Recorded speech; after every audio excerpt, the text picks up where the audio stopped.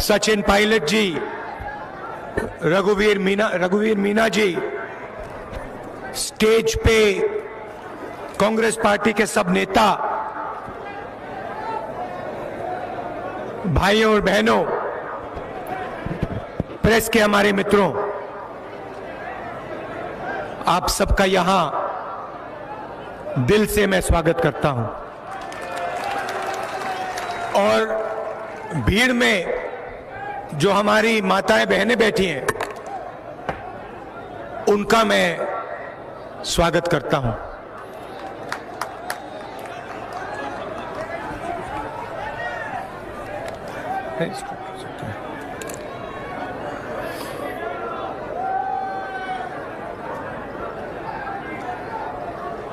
ये मेरा राजस्थान का जो दौरा है, ये किसान का जो कानून बनाया है बीजेपी ने, ये जो किसानों के 3 कानून बनाए हैं, इसके लिए, इसके खिलाफ मैं ये दौरा कर रहा हूं। और मैं आपको और आपके माध्यम से राजस्थान को और पूरे देश को इन 3 कानूनों के बारे में बताना चाहता हूं, समझाना चाहता हूं।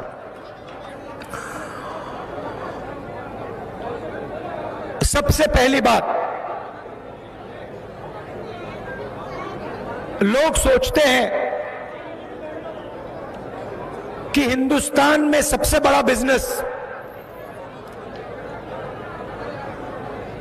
गाड़ी बनाने का है, हवाई जहाज चलाने का है, मोबाइल टेलीफोन का है, मगर यह सच नहीं है। भाइयों और बहनों, हिंदुस्तान का सबसे बड़ा बिजनेस कृषि का बिजनेस है। और ये सिर्फ हिंदुस्तान नहीं, ये दुनिया का सबसे बड़ा बिजनेस है।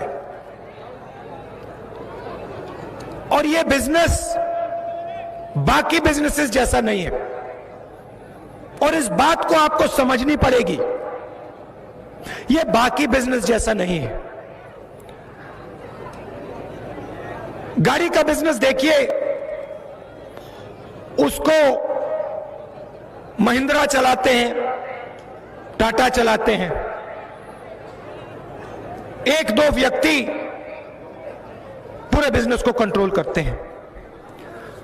एयरलाइन का बिजनेस देखिए, उसमें इंडिगो एयरलाइन कंट्रोल करती है। बैंक का बिजनेस देखिए, उसमें HDFC बैंक है, कोटक बैंक है, 4-5 लोग इन बिजनेसेस को कंट्रोल करते हैं। पूरा का पूरा फायदा इन लोगों को मिलता है। मगर कृषि का बिजनेस ऐसा है जिसको कोई एक व्यक्ति नहीं कंट्रोल करता। यह ऐसा बिजनेस है, शायद दुनिया में सिर्फ ऐसा एक बिजनेस है जिसको हिंदुस्तान की 40% आबादी कंट्रोल करती है। और इसमें किसान हैं, मजदूर हैं, छोटे व्यापारी हैं, मंडी में लोडर काम करते हैं, मिडिल साइज छोटे बिजनेसेस सब्जी को प्रोसेस करते हैं, अचार बनाते हैं, कोई मूंगफली बेचता है। यह जो बिजनेस है, करोड़ों लोगों का बिजनेस है। और ये दुनिया का सबसे बड़ा बिजनेस है। मतलब 40 लाख करोड़ रुपए का बिजनेस है। 40 लाख करोड़ रुपए का। अब नरेंद्र मोदी जी ये कानून इसलिए लाए हैं कि वो इस बिजनेस को हिंदुस्तान की 40% आबादी से छीनकर हिंदुस्तान के 2-3 सबसे बड़े उद्योगपतियों के हाथ में देना चाहते हैं। ये इन 3 कानूनों का लक्ष्य। और मैं आपको सरल तरीके से यह कानून समझा देता हूं। पहला कानून कहता है कि हिंदुस्तान में बड़ा सा बड़ा उद्योगपति हिंदुस्तान के किसी भी कोने में कितना भी अनाज, कितना भी फल, कितनी भी सब्जी खरीद सकता है। अब भाइयों और बहनों, मेरा पहला सवाल, अगर पूरे देश में बड़े से बड़े उद्योगपति जितना भी माल खरीदना चाहते हैं खरीद सकते हैं, तो मंडी में कौन जाएगा? मंडी का क्या होगा? भाई और बहनों, मंडी खत्म हो जाएगी, मंडियां बंद हो जाएंगी। तो पहले कानून का लक्ष्य मंडी को बंद करने का है। मतलब जो किसान, छोटे व्यापारी का मीटिंग पॉइंट है, मिलने की जगह है, उसे तोड़ दो, उसे खत्म कर दो। और किसान को हिंदुस्तान के सबसे बड़े उद्योगपतियों के सामने खड़ा कर दो। दूसरा कानून कहता है कि हिंदुस्तान के सबसे बड़े उद्योगपति जितना भी अनाज, जितना भी फल, जितनी भी सब्जी स्टोरेज में डालना चाहते हैं वो कर सकते हैं। आज एक व्यक्ति के हाथ में, और इसको अच्छी तरह सुनिए, एक उद्योगपति के हाथ में हिंदुस्तान का 40% अनाज उसके स्टोरेज में आज है। दूसरा कानून कहता है 80-90% स्टोरेज एक आदमी के हवाले कर दो, जितनी देर वो स्टोरेज करना चाहता है करने दो। मतलब अनलिमिटेड जमाखोरी, अनलिमिटेड बिना लगाम के जमाखोरी, एसेंशियल कमोडिटीज एक्ट की हत्या। होगा क्या? किसान अपना अनाज, अपना फल, अपनी सब्जी बेचने जाएगा, उसके सामने हिंदुस्तान का सबसे बड़ा उद्योगपति मिलेगा। उद्योगपति के साइलोज में, स्टोरेज में हिंदुस्तान का 80% अनाज होगा, सब्जियां होंगी, फल होगा। जैसे ही किसान को अपना माल बेचने का समय आएगा, उससे 10 दिन पहले उद्योगपति अपने साइलोज से माल निकाल के मार्केट में डालेगा, अनाज को मार्केट में डालेगा। जैसे ही वो अनाज को मार्केट में डालेगा, अनाज का दाम एकदम से गिरेगा और किसान को कम से कम पैसे में अपना अनाज, अपनी सब्जी, अपना फल बेचना पड़ेगा।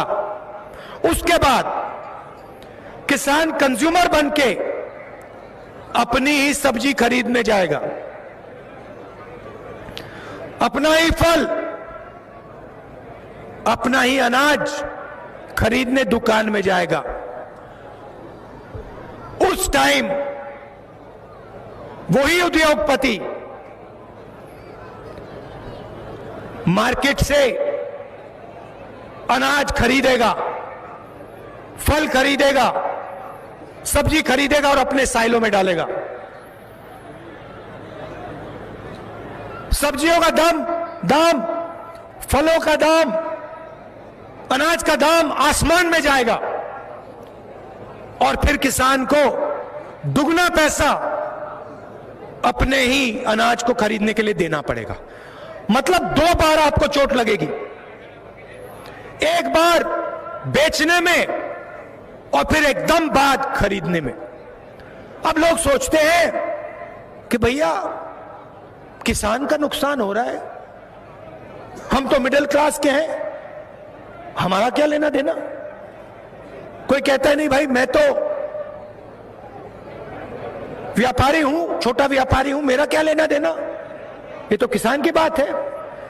भाई और बहनों, नहीं, मिडिल क्लास के लोगों को भी सब्जी के लिए, अनाज के लिए, फल के लिए ज्यादा पैसा देना पड़ेगा। और छोटे व्यापारी, मिडिल साइज बिजनेस, छोटे बिजनेस, आप बात समझ लो, आज जो आप करते हो कल वो कोई और करेगा, एक बड़ा उद्योगपति करेगा। आपको मोदी जी ने 3 ऑप्शन दिए हैं, पार्लियामेंट में कहा, मैंने ऑप्शन दिया, मैं बताता हूं ऑप्शन। किसानों को, मजदूरों को, छोटे व्यापारियों को, स्मॉल मीडियम बिजनेस वालों को 3 ऑप्शन दिए हैं। पहला ऑप्शन भूख, दूसरा ऑप्शन बेरोजगारी, तीसरा ऑप्शन आत्महत्या। ये ऑप्शन दिए हैं। और होगा क्या, ये जो बिजनेस है 40 लाख करोड़ का बिजनेस, ये हिंदुस्तान की जनता को रोजगार देता है। इसके बिना हिंदुस्तान रोजगार नहीं पैदा कर पाएगा। जो आपका है नरेंद्र मोदी 2 लोगों को दे रहे हैं, और जो यहां युवा खड़े हैं, आपका भविष्य आपसे छीना जा रहा है। हिंदुस्तान की रीढ़ की हड्डी को तोड़ा जा रहा है आपके आंखों के सामने। यह नई बात नहीं है भाइयों और बहनों, इसकी शुरुआत नरेंद्र मोदी ने नोटबंदी से की। आपके जेब में से पैसा निकालकर उन्हीं 2-3 उद्योगपतियों को दिया। उसके बाद जीएसटी, गब्बर सिंह टैक्स, सारे के सारे छोटे बिजनेस, मिडिल साइज बिजनेसेस को रद्द कर दिया, खत्म कर दिया, उड़ा दिया। भाइयों और बहनों, रास्ता साफ किया जा रहा है, रास्ता साफ किया जा रहा है। किसानों को, मजदूरों को, व्यापारियों को, छोटे बिजनेस वालों को परे किया जा रहा है। सिर्फ हिंदुस्तान के 2-3 उद्योगपतियों के लिए रास्ता साफ किया जा रहा है। उनका लाखों करोड़ रुपए कर्जा माफ किया। कोरोना के समय मजदूरों ने हाथ जोड़ जोड़ के नरेंद्र मोदी से रेलवे का टिकट मांगा। घर जाना था, हाथ जोड़ के रेलवे का टिकट मांगा, बस का टिकट मांगा, मतलब 100-200 रुपए मांगे। नरेंद्र मोदी जी कहते हैं नहीं, मैं 1 रुपया नहीं दूंगा। मगर उसी समय नरेंद्र मोदी ने 1,50,000 करोड़ रुपए हिंदुस्तान के सबसे अमीर लोगों का कर्जा माफ किया। सच्चाई है। और मैं तो कहता हूं, मेरी जिम्मेदारी आपको बताने की है। नहीं सुनना तो मत सुनो, मगर मैं अपनी जिम्मेदारी पूरी कर रहा हूं। मेरा काम आपको बताने का है, सच बताने का है। अब देखिए, कोरोना का समय था, फरवरी में पिछले साल मैंने एक बार नहीं 10-15 बार मीडिया से कहा, कोरोना से भारत माता को जबरदस्त नुकसान होने वाला है। कोरोना से किसानों को, मजदूरों को, गरीबों को जबरदस्त भयानक चोट लगने वाली है। प्रेस वालों ने मेरा मजाक उड़ाया।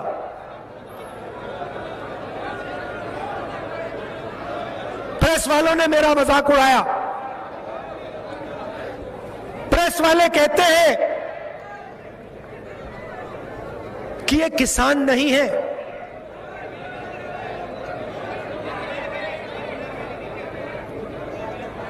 ये देशद्रोही है। नरेंद्र मोदी पार्लियामेंट हाउस में उनको आंदोलनजीवी कहते हैं, उनका अपमान करते हैं, उनका मजाक उड़ाते हैं। मैंने पार्लियामेंट में अपने भाषण में सिर्फ किसान की बात की। बजट पे भाषण था, मैंने कहा मैं बजट पे नहीं बोलूंगा, मुझे कोई फर्क नहीं पड़ता, मैं सिर्फ किसान के मुद्दे पे बोलूंगा। और मुझे उठा के पार्लियामेंट से बाहर फेंकना, फेंक तो मुझे कोई फर्क नहीं पड़ता। और फिर मैंने क्या किया, मैंने सांसद से कहा, देखिए भाई और बहनों, मैं अब 2004 से लोकसभा में हूं और मैंने एक बात देखी है, जब भी कोई शहीद होता है,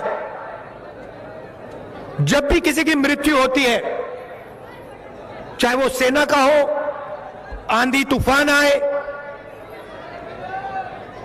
कोई हमारे सांसद की मृत्यु होती है, तो पार्लियामेंट, पूरा का पूरा पार्लियामेंट 2 मिनट मौन खड़ा होता है। और मैंने एक बात देखी, हमारे 200 किसान शहीद हुए, मगर पार्लियामेंट हाउस, लोकसभा और राज्यसभा में 2 मिनट के लिए सांसद मौन नहीं खड़े हुए। तो मैंने कहा ठीक है, नहीं हुआ तो मैंने कहा मैं अपने भाषण के बाद अकेले यहां 2 मिनट के लिए शांत खड़ा हो जाऊंगा किसानों का आदर करने के लिए। और जो भी मेरे साथ खड़ा होना चाहता है, और जो भी मेरे साथ खड़ा होना चाहता है, खड़ा हो जाए। और मैंने कहा चाहे वो किसी भी पार्टी का हो, मुझे कोई फर्क नहीं पड़ता। अगर बीजेपी का एमपी खड़ा होना चाहता है, खड़ा हो जाए, विपक्ष के एमपी खड़ा होना चाहते हैं, खड़े हो जाए, प्रधानमंत्री खड़ा होना चाहते हैं, खड़े हो जाए, मंत्री खड़ा होना चाहते हैं, खड़े हो जाए, मैंने कहा। और मैं 2 मिनट ऐसे चुप हो गया।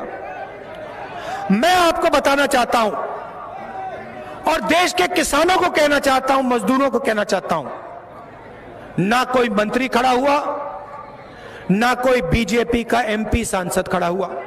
विपक्ष के सब लोग खड़े हो गए, मगर बीजेपी का एक आदमी उस हाउस में नहीं खड़ा हुआ। तो दुनिया के सामने इन लोगों ने किसान का अपमान किया है।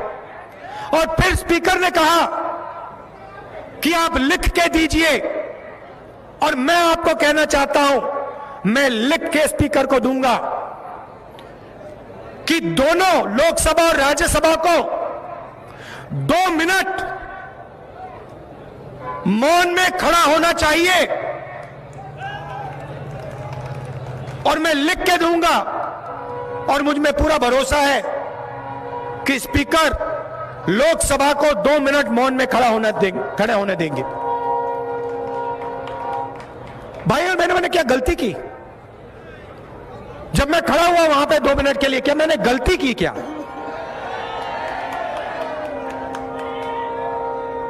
कोई गलती नहीं की। और मैं कहता हूं अगर गलती की तो फिर से करूंगा। कर लो जो करना है। अगर गलती की तो फिर से गलती करूंगा और करता जाऊंगा। आप सबका दिल से बहुत बहुत धन्यवाद।